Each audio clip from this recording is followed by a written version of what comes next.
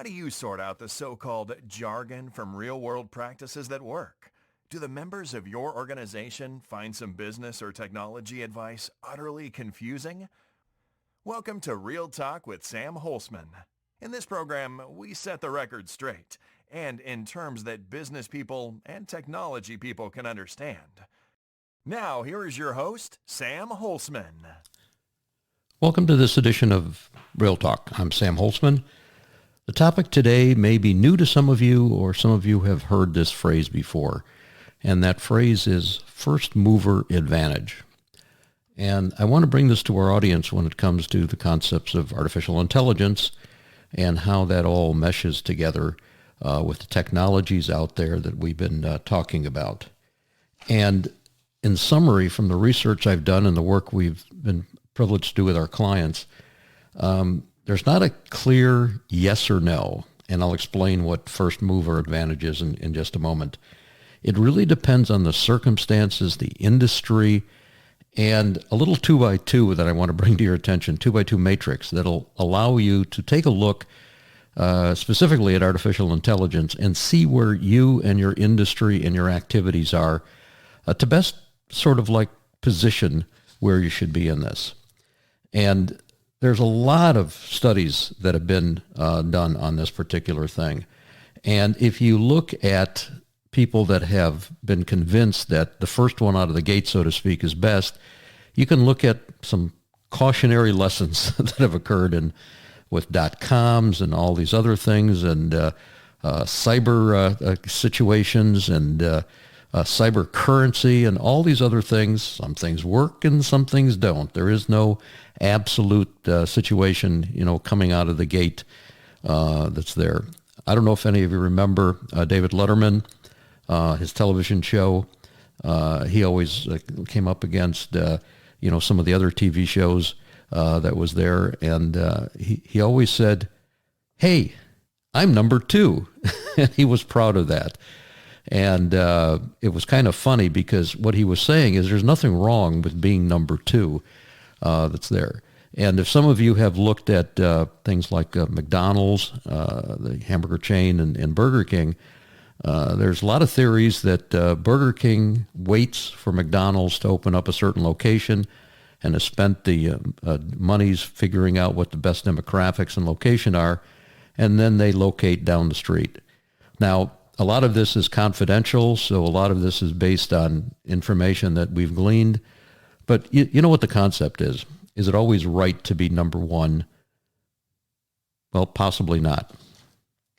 Just back in a moment.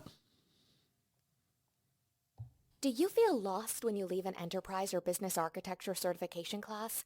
Are you overwhelmed by the 900-page manuals of techniques, models, and approaches that do not provide you with a clear path?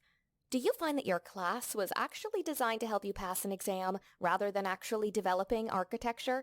If you answered yes to one or more of these questions, then you might be a long-time sufferer of certification examitis, and you're not alone. In our over 40 years of experience, the Enterprise Architecture Center of Excellence, or EACOE, and the Business Architecture Center of Excellence, or BACOE, have found that over 75,000 people answer yes to these questions. But with proper architecture producing certification and training, combined with a proven methodology and framework, we can help you do better. Take your skills to the next level, and together we can work to improve the effectiveness of your organization, ensuring your goals are actually met through a partnership with or training from the EACOE or the BACOE. To find out how, visit eacoe.org or bacoe.org for more information. Welcome back. And yes, we can use business architecture, especially in this area, to figure this out. So let me give you a visual. Sometimes I know it's hard in a podcast to do that. Picture a two-dimensional matrix. On one axis, you have the pace of market evolution. In other words, how much the market is evolving. And on the other axis, you have the axis of the pace of the technology and how it's evolving. So picture a two-dimensional matrix. On one axis, your specific market that you're into or specific area of competencies or competitiveness. On the other axis, the pace of technology. And you can now look at it and put on the top axes, the market, just two simple statements. In one, fast, and the other, slow. And on the same axis, the same two phrases, fast and slow. So you have market evolution, fast, slow, technological evolution, fast and slow. And each one of these you can position as you feel your particular area, your particular organization, your particular set of activities are. So for example, let me give you an example of a fast. What you have there, for example, PCs or cell phones. You had that extremely quick market penetration and evolution change, and you had a very fast technology change. And some vendors were able to keep up, some weren't. Let's contrast that, with slow. Industries where the market evolution isn't as quick and the technology change isn't that quick. And you can sort of position yourself in that area. So if you write this down, just sort of put that four dimensions down and position or talk about AI in your area, not in general, but in your particular area. Is AI evolution in the technology fast in your area or slow in your area?